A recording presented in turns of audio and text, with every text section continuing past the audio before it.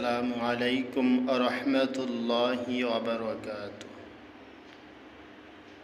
আজকে একটি আমলের বিষয় নিয়ে আলোচনা করব। আমরা যদি এই আমলগুলো করতে পারি তাহলে এই উম্মতের মধ্যে আমরা সর্বশ্রেষ্ঠ মর্যাদার অধিকারী হতে পারব। হযরত রাসূল করিম সাল্লাল্লাহু আলাইহি ওয়াসাল্লাম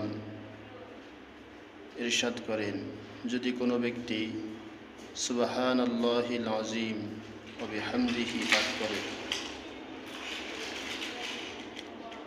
তাহলে সে ব্যক্তি সারা দুনিয়ায় যত ইনসান আল্লাহ রব্বুল আলামিন পাঠিয়েছেন সকল ইনসান অর্থাৎ সকল মানব থেকে সর্বশ্রেষ্ঠ এবং শ্রেষ্ঠত্বের অধিকারী হবে।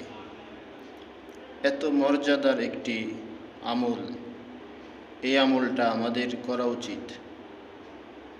কারণ এই আমলগুলো করলে, যদিও আমলগুলো অনেক ছোট, কিন্তু আল্লাহ রব্বুল আলামিনের কাছে এই ছোট ছোট আমলগুলো অনেক পছন্দের হয়ে থাকে এবং আমাদের অনেক মর্যাদা বৃদ্ধি হয়ে থাকে। এই আমলগুলো যদি আমরা করতে পারি তাহলে আল্লাহ রব্বুল আলামিনের কাছে তার মাহবুব বান্দা হিসাবে আমরা পরিচিতি লাভ করতে পারব এবং আল্লাহ রব্বুল আলামিনের প্রিয় বান্দা হতে পারব।